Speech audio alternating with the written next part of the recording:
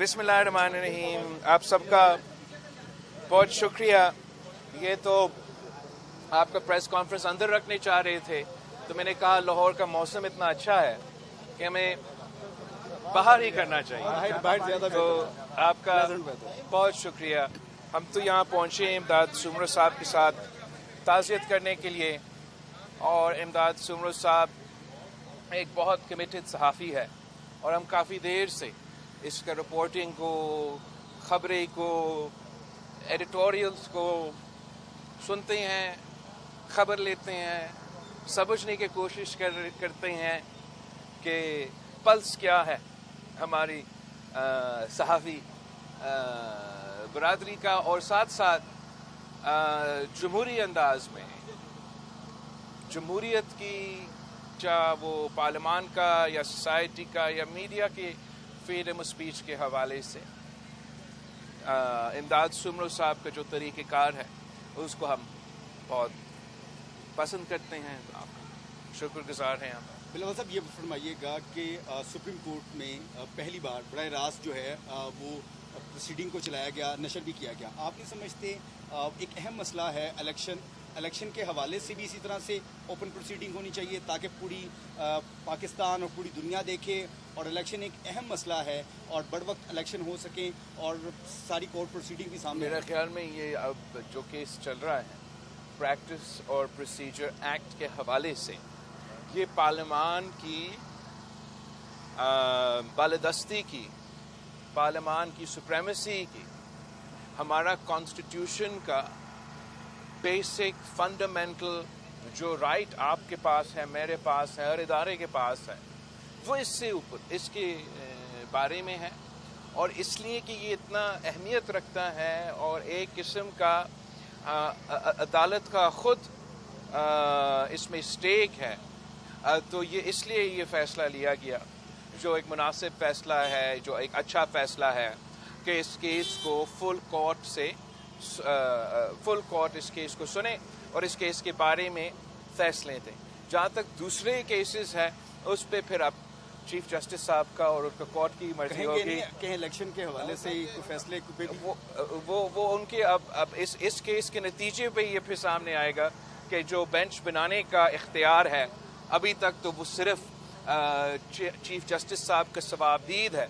तो अगर ये केस का फैसला आएगा तो फिर बेंच की तैनाती के बारे में ज़्यादा क्लैरिटी। ये फरमाएं कि आपने जो सीईसी की मीटिंग हुई थी उसमें और उसके बाद प्रेस कॉन्फ्रेंस में कुछ अदम एतमाद का इजहार किया था कि लेवल प्लेइंग फील्ड नहीं मिल रहा, तो इतने दिन तो गुजरे हैं, इसमें कुछ ऐसे कुछ CBMs नज़र आए हैं जिनकी आप इंक्वायर कर रहे थे, या क्या हो सकते हैं वो CBMs? मैं प्रेफर करता हूँ कि मैं जो हमने उस दिन CEC में जहाँ तक लेवल प्लेइंग फील्ड के हवाले से पाकिस्तान पीपल्स पार्टी के नुमाइंदे के एतराज़ात हैं, उस पर हमने सदर ज़रदारी साहब को ये इख्तियार दिए हैं कि हमारा एतराज़ात को दूर किया जाए। तो मैं समझता हूँ कि अगर ये इख्तियार दिया गया है तो फिर मुनासिब नहीं है कि मैं फिर आपके सामने हर दिन वो शिकायतें बार बार रख लूँ। तो हम वालिद साहब को इतना स्पेस और इतना मौका दे कि हमारा कंसर्न्स को एड्रेस किया जाए। जहाँ तक लेवल प्लेइंग फील्ड की बात है, मेरे ख्याल पे आप सबको नजर आ रहा है। लेवल प्लेइंग फील्ड की जो डिमांड है ये किससे है? इलेक्शन कमीशन से है, एस्टेब्लिशमेंट से है, या सुप्रीम कोर्ट से है? तो ये तो क्लियर करें। मुस्लिम लीग नवाज से है। अच्छा, पल्स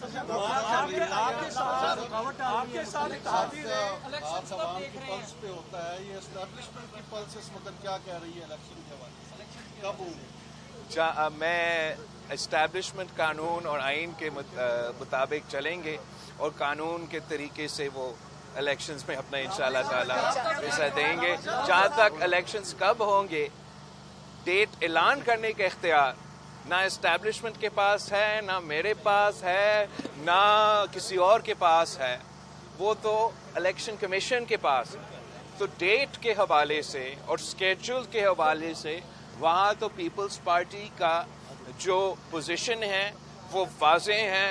वहाँ हमारा सेंट्रल एग्जीक्यूटिव कमेटी ने यूनानिमसली ये मुतालबा किया है कि हमें इलेक्शन स्केड्यूल जिसमें इलेक्शन डेट भी शामिल होगा वो फ़ौरन दिया जाए। تو اس مطالبہ کو تو میں ضرور ریت رہتا ہوں. پنجاب کے کون آپ کوئی میرا یہ آپ کر لیں. کوئی میرا مسلم لیگ نون کے امیدواروں کو ترقیاتی فنڈ مل رہے ہیں جن کے اندر پیپل پارٹی کے بند ہو گئے تھے. کیا یہ لیول پلئنگ فیلڈ آپ مانگ رہے ہیں؟ کیا یہ پیپلز پارٹی یا مسلم لیگ کی بات نہیں ہے. جہاں تک ترقیاتی فنڈز کے منصوبے ہیں آپ کا قانون واضح ہے. جو اپروو اسکیمز ہیں چاہے وہ آپ کو نظر آ رہے ہو یا آپ کا صوبائی بجٹ, وفاقی بجٹ, یہاں تک کہ آپ کے ڈسٹرکٹس کے لوکل باڈیز کی بجٹ, اگر ان اسکیمز کو اپروو کیے ہیں تو ان کو چلنا چاہیے. اگر صرف 90 دن کا رکاوٹ کی بات ہوتی تو پھر شاید کوئی مسئلہ نہیں ہوتا, مگر اس لیے کہ ہمیں ڈیٹ بھی نظر نہیں آنا ہے کہ الیکشنز کب ہے, تو یہ سوال کافی ایک سیریس سوال ہے. ایسے نہیں ہو سکتا ہے کہ صوبہ سندھ میں آپ جو بجٹڈ اسکیمز ہے ان کو اجازت نہیں دیں, آپ وفاق میں آن گوئنگ اسکیمز کو اس طریقے سے جو بجٹ ہے وہاں تو اجازت ہے مگر ایک صوبہ میں اجازت نہ ہو, اور دوسرا اس صوبہ میں یہ اجازت ہو کہ آن گوئنگ اسکیمز کیا, پاسٹ اسکیمز کیا, انٹرم گورنمنٹ کے پاس اختیار ہے کہ وہ نیا اسکیمز لانچ کرے. اور وہ اتنے مزیدار اسکیمز لانچ کیے جا رہے ہیں کہ ججز کے لیے بلا سود قرضہ تاکہ وہ پلاٹ لے سکے. اب میں سمجھتا ہوں یہاں الیکشن کمیشن پہ ایک مورل, لیگل اور کانسٹیٹیوشنل آبلیگیشن ہے کہ level playing field development funds کے حوالے سے سارے صوبوں میں اور وفاق میں اسی طریقے سے چلے. اگر نو نیو اسکیمز تو پھر no new schemes in Punjab, no new schemes in وفاق and no new schemes in Sindh. اگر نو آن گوئنگ اسکیمز تو پھر no ongoing schemes in Sindh and then no ongoing schemes in Punjab. قانون تو کہتا ہے کہ آن گوئنگ اسکیمز کا اجازت ہے. میں عوام کے جو یہ مسائل حل نکالنے والی اسکیمز ہیں ان میں کوئی خود رکاوٹ نہیں ڈالنا چاہ رہا ہوں. اس لیے میں نے تو الیکشن کمیشن کے پاس نہیں گیا ہے کہ آپ وفاق کے جو اکنامی کے, جو انویسٹمنٹ کے جو سارے منصوبے ہیں اس پہ پابندی لگا دے, اس لیے آپ نے سندھ پہ ڈال دیا ہے. میں نے تو الیکشن کمیشن میں نہیں گیا کہ آپ پنجاب کا انٹرم گورنمنٹ کو روکے. میں صرف اپیل کر سکتا ہوں کہ روایت سب کے لیے ایک ہونا چاہیے.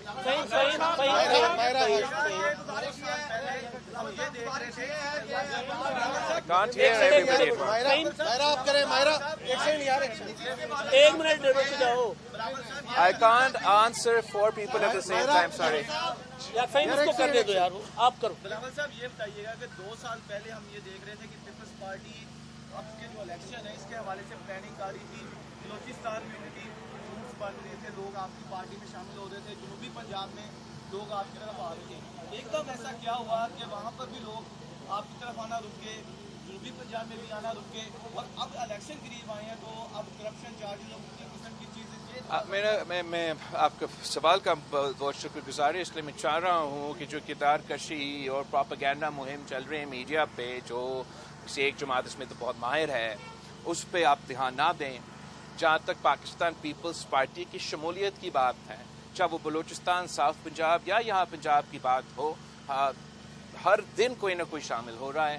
نہ کوئی کمی, نہ کوئی رکاوٹیں, نہ کوئی اس میں کوئی مجھے مسئلہ محسوس ہو رہا ہے. ہاں کوئی بندہ جو بلوچستان میں اپنے آپ کو پیپلز پارٹی میں شامل کر دیا, پھر اس نے اپنے آپ کو پاکستان پیپلز پارٹی سے نکال دیا. نہ ہم ان سے ریکویسٹ کر رہے تھے کہ آئے, لیکن اگر کوئی کہتا ہے کہ ہم کو روک تو نہیں سکتے, اس کو اس طریقے سے پیش کیا جا رہا ہے کہ پیپلز پارٹی کا کوئی مسئلہ ہے. اس میں ایسے کوئی ہمارا اعتراض نہیں ہے. جہاں تک نیب کے کیسز کی بات ہے, یہ سارے کے سارے 100% تمام پرانے کیسز ہیں, پرانے بنے ہوئے کیسز ہیں جو چلتے آ رہے ہیں, جو اس الیکشن پہ کوئی اثر نہیں کرتے. افضال بھائی, آپ کو کن مسائل کا سامنا کرنا پڑا اور کن کن ممالک سے ہماری دوستی بہتر ہوگی؟ بالکل, مجھے یہ اعزاز ہے کہ میں ملک کا سب سے نوجوان وزیر خارجہ رہا, اور میں اپنا جو 16 مہینے میں جتنا مجھ سے ہو سکا, جو میں کر سکتا, میرا تھوڑا جتنا بس کی بات تھا میں نے محنت کیا, اور پاکستان کے تمام جو allies ہیں, جو ہسٹورک allies ہیں, ان سے بھی رابطے بحال کیے. کچھ نئے ممالک سے پہلی دفعہ وزیر خارجہ کا ٹرپ ہوا, اور میں اس محنت پہ فخر کرتا ہوں. آپ نے دیکھا ہوگا کہ کل ایک خبر آیا تھا جو میرا خیال میں بہت اہم ہے, اور اس کو زیادہ جگہ ہمارا میڈیا میں ملنا چاہیے. ہمارا جو انٹرم فارن آفس ہے اس کو نہ صرف نوٹ کرنا چاہیے, اس پر آپ واضح بیان آنا چاہیے کہ جو کینیڈا کے وزیر اعظم نے اپنا پارلیمان میں الزام لگایا کہ بھارت نے ایک کینیڈین شہری کو, سکھ کینیڈین شہری کو کینیڈا میں قتل کیا ہے, یہ ایک بہت بہت بڑا الزام ہے. اور میرا خیال میں دنیا کے سامنے اب بھارت جو ہے وہ ایکسپوز ہو چکا ہے. کب تک انٹرنیشنل کمیونٹی اور خاص طور پہ جو ہمارا ویسٹ کے دوست ہیں وہ بھارت کے اس قسم کے واقعات کو اگنور کرتے رہیں گے؟ It is time for the international community to accept that India has become a rogue Hindutva terrorist state that not only has conducted terrorism in Kashmir, not only have we in Pakistan caught their spies involved in terrorism in our country, but they have now been caught violating the sovereignty of a NATO member state. This is not only a violation of Canadian sovereignty.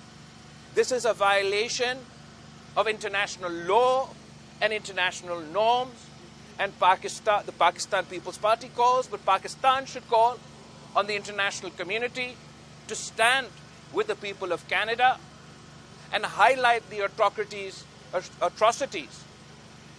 of the religio-fascist state that is today's India. Myra, اس وقت مہنگائی جہاں تک جا پہنچی ہے اس میں IMF کی شرائط بھی ایک بڑی وجہ ہے.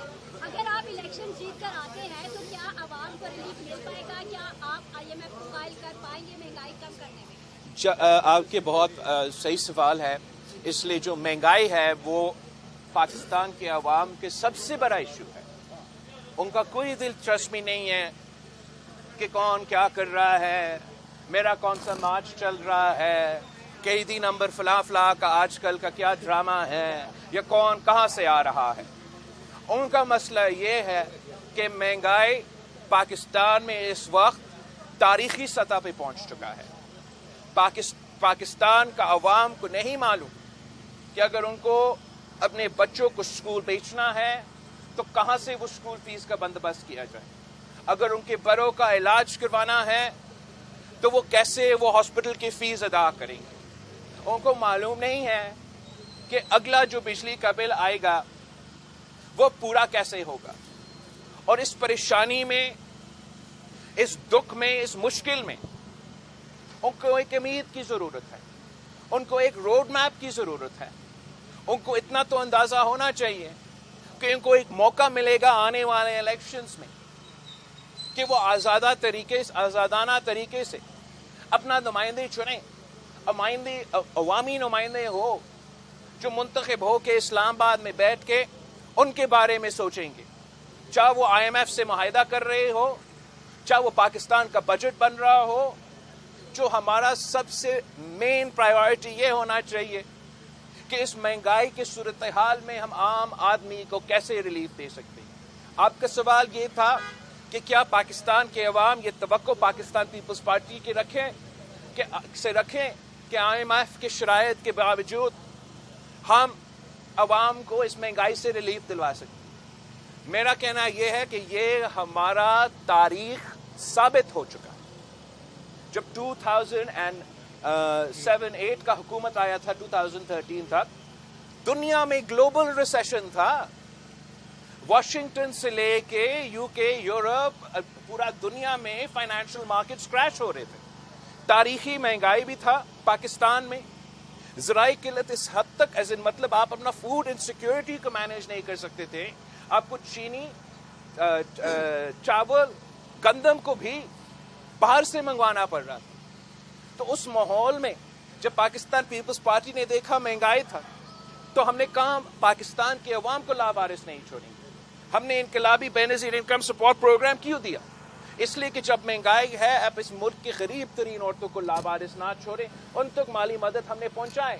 जब हमने तनख्वाह में इजाफे किए, जब हमने पेंशन्स में इजाफे किए, तो क्यों किए? किसी खुशी में नहीं, सिर्फ इसलिए कि अवाम का हक था, कि उन बुजुर्गों का हक था कि जब महंगाई है तो उनका पेंशन्स में उनको इतना कुशन मिले कि वो महंगाई का मुकाबला कर सके। वैसे तनख्वाहदार तबका के लिए हमने ख्याल रखा, वैसे हमने ज़राए मईशत का ख्याल रखा। उसी मुल्क को उसी हुकूमत में हमने 1 साल के अंदर गंदम, चीनी और चावल जो आप इंपोर्ट कर रहे थे, 1 साल के अंदर ही अंदर आप एक्सपोर्ट कर रहे थे। जब किसान खुशहाल था, उनके पास आप वो अपने फसल को, अपने प्रोडक्ट को बेच सकते थे, तो वो महंगाई का मुकाबला कर सकते थे। आज भी आपको इसी किस्म की अवाम दोस्त की हुकूमत की ज़रूरत है, जो पहचानती है कि महंगाई तो है, मगर इस महंगाई को अपने अवाम से हम कैसे वो तहफ़्फ़ुज़ दिला सकते हैं, कैसे वो ताकत दिलवा सकते हैं कि इस मुश्किल वक्त में वो हम सब मिल के इस मुआशरी बहरान का मुकाबला।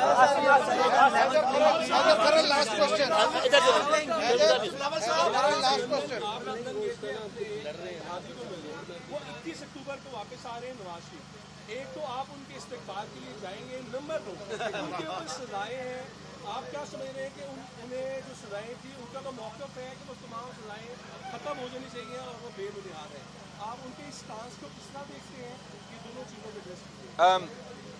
आपको मालूम है कि पाकिस्तान पीपल्स पार्टी का तो बहुत पुराना मुतालबा था कि मियाँ साहब वापस आए। तो अब अगर मियाँ साहब ने अपना वापसी का डेट ऐलान किया है, तो ऑब्वियसली पाकिस्तान पीपल्स पार्टी उसको वेलकम करेगा। पाकिस्तान पीपल्स पार्टी ये चाहती है कि बिल्कुल मियाँ साहब वापस आए। जहाँ तक केसेस के सवाल हैं, हम भी अपने केसेस को फेस करने के लिए तैयार हैं। आई एम श्योर कि मियाँ साहब अपने केसेस को फेस करने। आखिरी सवाल आपने कल साहिबा की, फायदीसा की मिसिस की, उनके साथ ओथ की तकरीब में खड़े होने को बड़ा अप्रिशिएट किया है और उनकी कुर्बानियों को रिकॉग्नाइज किया है। क्या नुसरत भट्टो की कुर्बानियां कम हैं? बेनजीर भट्टो शहीद की पाकिस्तान के लिए कुर्बानियां कम है? उन्हें क्यों नहीं रिकॉग्नाइज किया जाता दुनिया में? बिल्कुल रिकॉग्नाइज किया जाता है, कोई कंपटीशन तो नहीं है भाई। सब मादरे जमहूरियत मोहतरम बेगम नुसरत भट्टो को और शहीद मोहतरमा बेनजीर भट्टो को पहचानते हैं, रिकॉग्नाइज करते हैं। और मैं समझता हूँ कि उनकी जिद्दोजहद की वजह से, उनकी स्ट्रगल की वजह से हम वो कल सीन्स देख रहे थे कि एक जज साहब जब वो अपना ओथ ले रहा है, तो वुमेन्स एम्पावरमेंट और वुमेन्स की हैसियत हमारा सोसाइटी में अब इतना प्रोग्रेस किया गया है कि वो साथ ओथ ले लेते हैं। तो आई थिंक अच्छी की बात है। लास्ट क्वेश्चन, आपने जो मुस्लिम लीग नून से मुखालफत किया है, लेवल प्लेइंग का बड़ा ही मजा का केस है, क्या ये समझ लिया जाए कि उन्हें कोई ग्रीन सिग्नल मिल जाए इक़्तिदार में आने के लिए, या ये वजाहत करेगा जो इक़्तिदार में नहीं है, जिसका कोई तल्लुक नहीं, उसके लेवल प्लेइंग फील्ड का अंतर तक क्यों और किस तरह का? और इसके साथ एक सवाल ये भी ऐड कर लें प्लीज़ कि तमाम सियासी आप नून लीग की पीपल्स पार्टी बड़ी जमातें आपस में लेवल प्लेइंग फील्ड के लिए तो लड़ रही हैं, क्या रोड मैप इकट्ठा नहीं कर सकते कि इलेक्शन करवाए जाएं? बेहतर तो यही होता कि लेवल प्लेइंग फील्ड के हवाले से ना सिर्फ पीपल्स पार्टी के साथ, मगर तमाम जो PDM के इत्तेहादी थे उनके साथ इंगेज किया जाता, इन इश्यूज को एड्रेस किए जाते, ताकि इस सूरत हाल में हम ना पहुंचते कि 16 महीना का साथ गुजारने के बाद हम इस पोजीशन में होते हैं कि इस किस्म की शिकायतें आपके सामने रखते। जहाँ तक नून लीग से एतराज़ है लेवल प्लेइंग फील्ड के बारे में, अगर नून लीग ने मैनेज किया, बंदोबस्त किया कि लेवल प्लेइंग फील्ड ना हो, तो फिर मैं शिकायत उन्हीं के खिलाफ करूंगा। अगर किसी और ने किया होगा तो फिर मैं वो किसी और का नाम ले रहा होता, मगर मैं स्पेसिफिकली जो पाकिस्तान पीपल्स पार्टी का लेवल प्लेइंग फील्ड के एतराज़ात है वो एक सियासी जमात के हवाले से है। Thank you.